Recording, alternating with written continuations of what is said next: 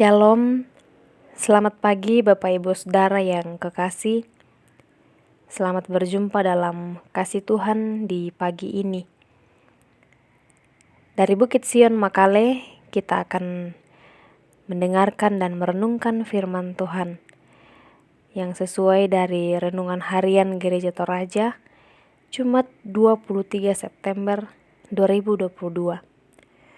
Firman Tuhan yang akan kita renungkan bersama dari Efesus pasal 2 ayat 1 sampai 10. Namun sebelum membacanya, mari kita berdoa.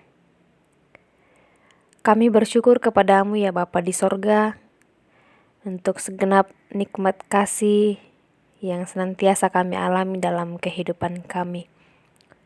Terima kasih dalam sepanjang malam lamanya Tuhan telah menjaga kami, sehingga di pagi yang indah ini kami kembali dibangunkan dengan tubuh yang sehat dan kuat. Dan hari ini kami akan melanjutkan aktivitas kami. Namun sebelum itu, kami rindu untuk mendengarkan firman Tuhan. Kiranya firman Tuhan yang akan menuntun kami untuk menjalani kehidupan ini. Bersabdalah kepada kami ya Tuhan, karena kami telah siap untuk mendengarkan. Dalam Kristus Yesus kami berdoa. Amin. Firman Tuhan dari Efesus pasal 2 ayat 1 sampai 10. Semuanya adalah kasih karunia. Firman Tuhan, kamu dahulu sudah mati karena pelanggaran-pelanggaran dan dosa-dosamu. Kamu hidup di dalamnya karena kamu mengikuti jalan dunia ini, karena kamu mentaati penguasa kerajaan angkasa, yaitu roh yang sekarang sedang bekerja di antara orang-orang durhaka. Sebenarnya dahulu kami semua juga terhitung di antara mereka, ketika kami hidup di dalam hawa nafsu daging dan menuruti kehendak daging dan pikiran kami yang jahat.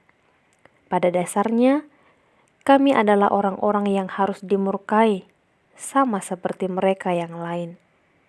Tetapi Allah yang kaya dengan rahmat, oleh karena kasih-Nya yang besar yang dilimpahkannya kepada kita, telah menghidupkan kita bersama-sama dengan Kristus, sekalipun kita telah mati oleh kesalahan-kesalahan kita.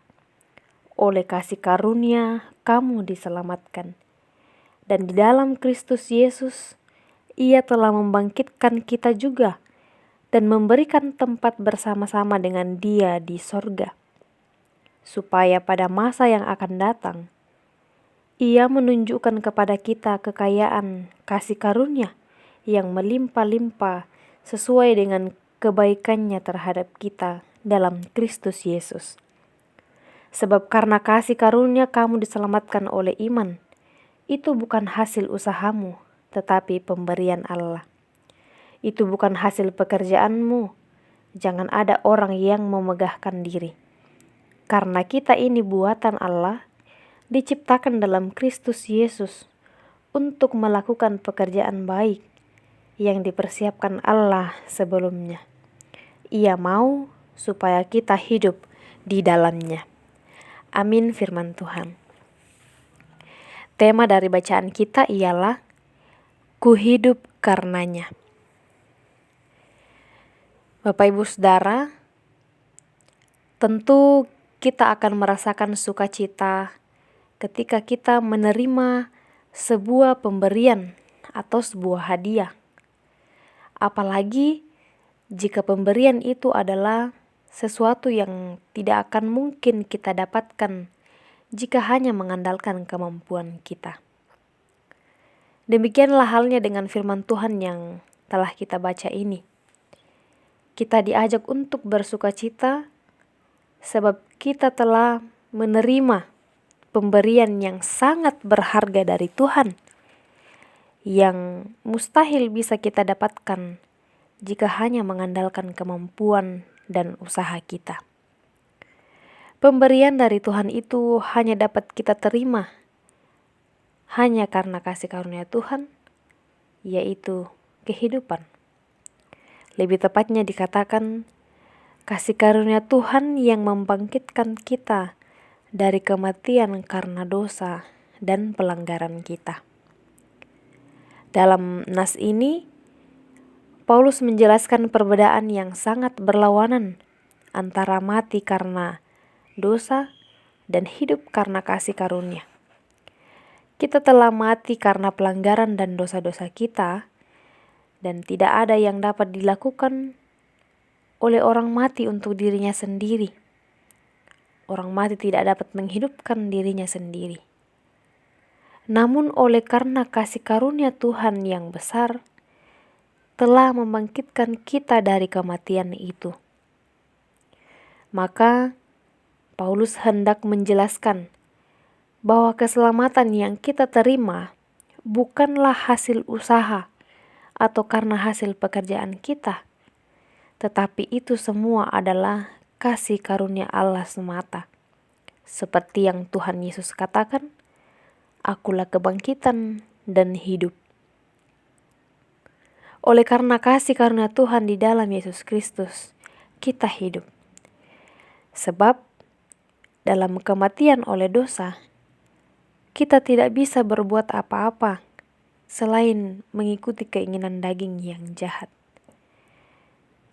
Namun di dalam iman kepada Tuhan Yesus, kita menjadi ciptaan yang baru, yang dilahirkan kembali, memerdekakan kita melakukan pekerjaan yang baik sesuai dengan maksud dan rencana Tuhan yang menciptakan kita. Firman Tuhan mengajarkan kita agar hidup dengan penuh sukacita oleh karena kasih karunia Tuhan yang telah menghidupkan kita. Apa yang terbaik untuk hidup kita telah diberikan oleh Tuhan. Bahkan kebaikannya itu akan terus menyertai kehidupan kita. Sebagaimana yang dikatakan di ayat 7, bahwa pada masa yang akan datang, Ia menunjukkan kepada kita kekayaan kasih karunia yang melimpah-limpah. Dan itulah yang akan menjadikan kita manusia yang berkualitas. Sebab kita adalah buatan Allah, diciptakan dalam Yesus Kristus untuk melakukan pekerjaan yang baik yang telah Tuhan persiapkan bagi hidup kita. Oleh sebab itu, kita bukan lagi orang-orang mati yang tidak bisa berbuat apa-apa, yang tidak punya harapan hidup, yang berpikiran sempit dan dangkal, yang hanya bisa mengatasi masalah dengan mengikuti keinginan daging. Sehingga kadang mudah berputus asa, mudah emosi, sakit hati, yang hanya bisa menggantungkan hidup pada pikiran dan kekuatan kita saja. Tetapi kita ini adalah orang-orang yang telah dihidupkan oleh kasih karunia Tuhan di dalam Yesus Kristus.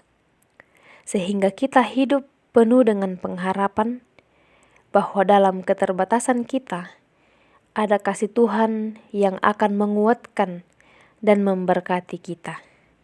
Terpujilah Tuhan. Amin. Mari kita berdoa. Terima kasih ya Tuhan untuk waktu yang indah Tuhan beri bagi kami di saat ini. Kami boleh diperdengarkan oleh kebenaran firman Tuhan. Sekiranya Roh Kudus Tuhanlah yang akan menuntun kami untuk dilayakkan menjadi pelaku-pelaku firman di tengah-tengah dunia ini. Kami semakin diingatkan bahwa kami telah dihidupkan oleh kasih karunia Tuhan.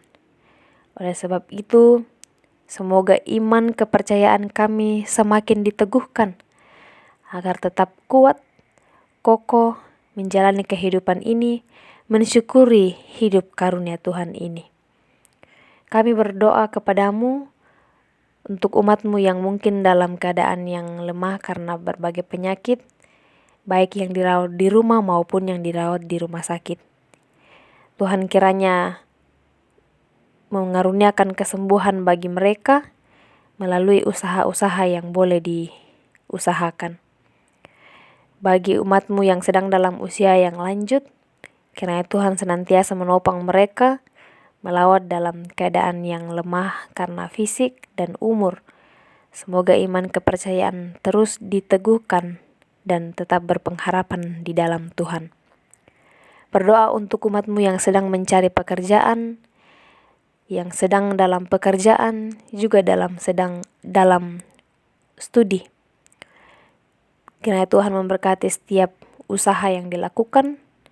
Semoga ketekunan, kesehatan tetap mengiringi perjalanan perjuangan kami sekalian. Berkati pemerintah kami di negeri kami ini, dari pusat hingga ke pelosok tanah air. Karuniakan kesehatan yang baik, juga hikmat ya Tuhan, agar dapat memerintah negeri ini dengan baik atas perkenaan Tuhan, dan damai sejahtera terus dinyatakan dalam hidup kami. Ya Bapa di sorga, berkati usaha, pekerjaan, aktivitas yang akan kami lakukan hari ini. Sekiranya boleh berjalan dengan baik sesuai dengan kehendak-Mu saja. Ini kami yang datang kepadamu ya Tuhan. Terima kasih, kami bersyukur, dalam Kristus Yesus kami berdoa.